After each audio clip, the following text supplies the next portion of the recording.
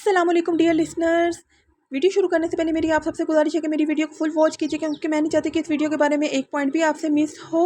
तो आज हम बनाने जा रहे हैं ऐसी चटनी जिसमें कि इन तमाम अमराज का हल मौजूद है। तो डियर लिसनर्स, इस चटनी के दिन में 2 मरतबा खाने के साथ इस्तेमाल से ना सिर्फ आप इन अमराज से जो है वो अपनी जान छुड़ा सकते हैं, इनसे बच सकते हैं, बल्कि जो खुदा न ख्वास्ता इन अमराज में मुब्तला हैं तो वो भी इन अमराज से अपनी जान छुड़ा सकते हैं इंशाल्लाह।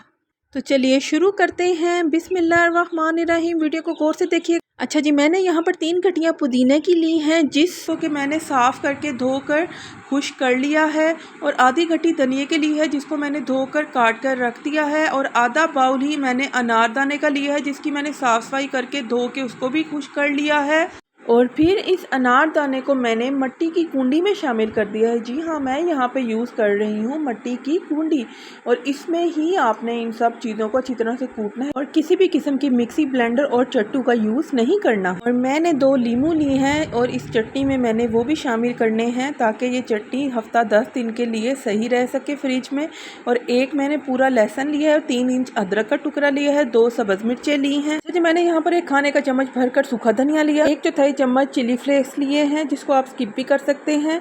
और आधा चाय का चम्मच मैंने जो है वो ज़ीरा और काली मिर्चें ली हैं।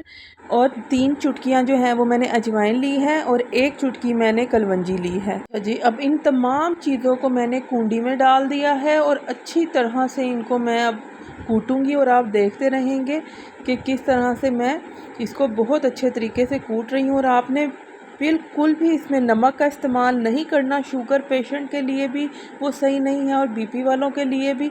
इसका जायका बेहद ज़बरदस्त बनेगा इंशाल्लाह। आपको ज़रूरत ही नहीं महसूस होगी कि इसमें नमक नहीं है। ठीक है जी, आपने इसको बहुत अच्छे तरीके से जान लगा के कूटना है।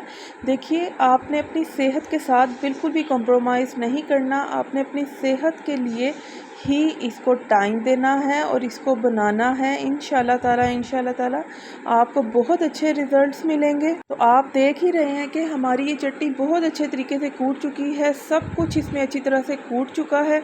और ये देखिए इसकी फ़ाइनल लुक, ये बिल्कुल दानेदार, बहुत ही टेस्टी जायके में बनी है और सेहत के लिए भी हमारी बेहतरीन है। अच्छा, तो डियर लिसनर्स, ये चटनी भी तो है वो आपकी चर्बी पिघलाने में तभी हेल्पफुल होगी जब आप पानी का इंटेक ज़्यादा करेंगे और डेली हाफ एन आवर जो है वो एक्सरसाइज करें या वॉक करें और अपनी बैलेंस डाइट लें। अगर आप बहुत ज़्यादा खा पी रहे हों और आप साथ ये चटनी यूज़ करें, फिर आप कहें कि हमारा जो है वो जिस्म जो है उसकी चर्बी नहीं पिघल रही, तो ऐसा नहीं होता। सब कुछ आपको साथ लेकर चलना होता है, सब बैलेंस रखना होता है।